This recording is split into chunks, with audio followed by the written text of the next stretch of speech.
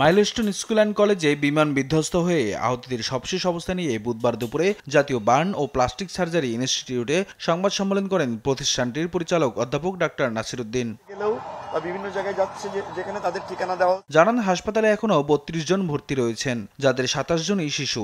দগ্ধ ১৪ জনের শারীরিক অবস্থা উন্নতির দিকে, আর এখনো ৩ জনের অবস্থা আশঙ্কাজনক। আর ছাড়পত্র পেয়েছেন মাইলস্টোনের শিক্ষিকা ফারজানা ইয়াসমিন। আমাদের মেল এজ ডিউতে ৩টা, ফিমেল এজ ডিউতে 5টা, পোস্ট অপারেটিভে 4টা, কেবিনে 18টা, 19টা পেশেন্ট ছিল। কেবিন থেকে একটা পেশেন্টকে আমরা রিলিজ দিয়েছি। আর ক্রিটিক্যালের ব্যাপারে যে আমাদের 3 জন পেশেন্ট এখন ক্রিটিক্যাল কন্ডিশনে আছে এবং আমাদের 7 জন পেশেন্ট সিভিয়ার কন্ডিশনে আছে। এদিকে বিমান দুর্ঘটনায় নিহত মাইলস্টোন শিক্ষিকা মেহেরুন চৌধুরীর বাসায় তার পরিবারকে সমবেদনা জানাতে যান বিএনপির সিনিয়র যুগ্ম মহাসচিব রুহুল কবির রিজভী।